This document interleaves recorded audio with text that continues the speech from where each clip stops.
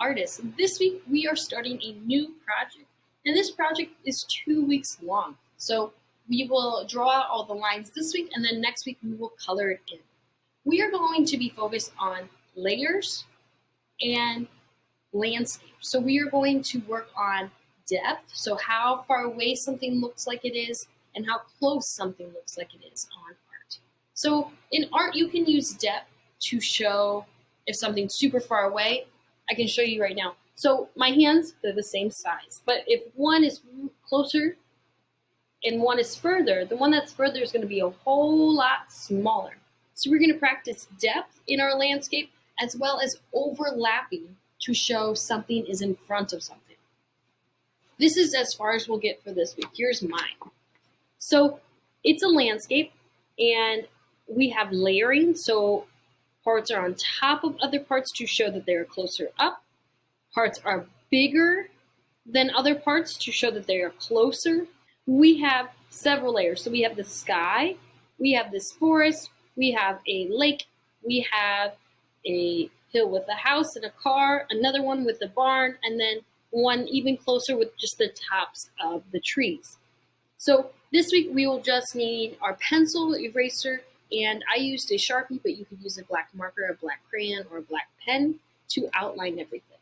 Let's get started. So here are some photos of landscapes that we were inspired by. You can see the different layers. They got the sky, they got the back, they got the middle, and the front. So all of these were sort of inspired by. To start off our project, we will need our paper. It will be vertical. And we're going to do these like bumpy, lumpy, zigzag sort of thing on our paper. Remember, you can pause this and then catch up and work at your own pace. So in the top shape, that will be our sky. So draw some clouds. You could have some big, some little, whatever kind of clouds you would like. In that next triangle, that will be our forest. So I'm drawing some pine trees, and I started with like a line, and then I made like an arrow and zigzags coming off for the pine layers. That next triangle will be our pond, so you can add some wave lines, and then I added a sailboat with some more lines, and then the next shape we're going to add some trees and a windmill. So trees, you have your tree trunk, and then a bushy cloud-like shape on top for the leaves. This windmill you don't have to add if you don't want to, but I started it with like a upside down V, and then added triangles in a circle to make a windmill shape.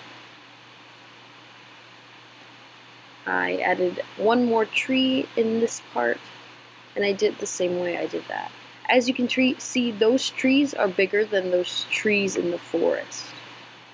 So then this next shape, it's right on the line of the shape.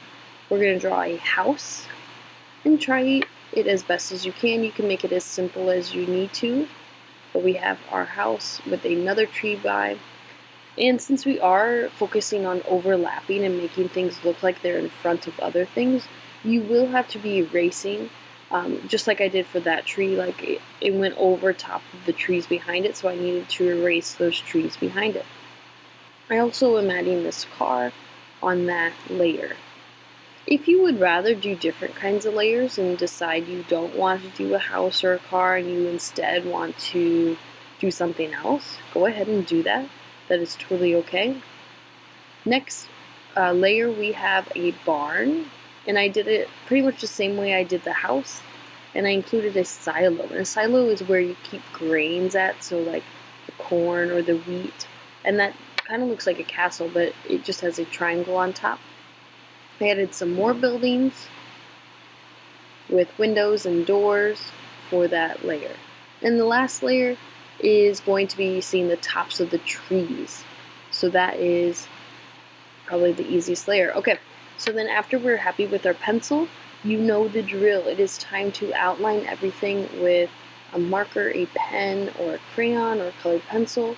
And I chose a Sharpie. That's my favorite thing to outline with. I'm going over all of my pencil lines. Once I'm done with the Sharpie, I'm going to erase the whole thing. Way to go on the start of this landscape. Keep it safe for next week. Don't lose it, because next week we will color it in and finish it off. I do want to see it, so make sure your photo is straight, it is focused, and you have good light in your room. And then post it on Google Classroom.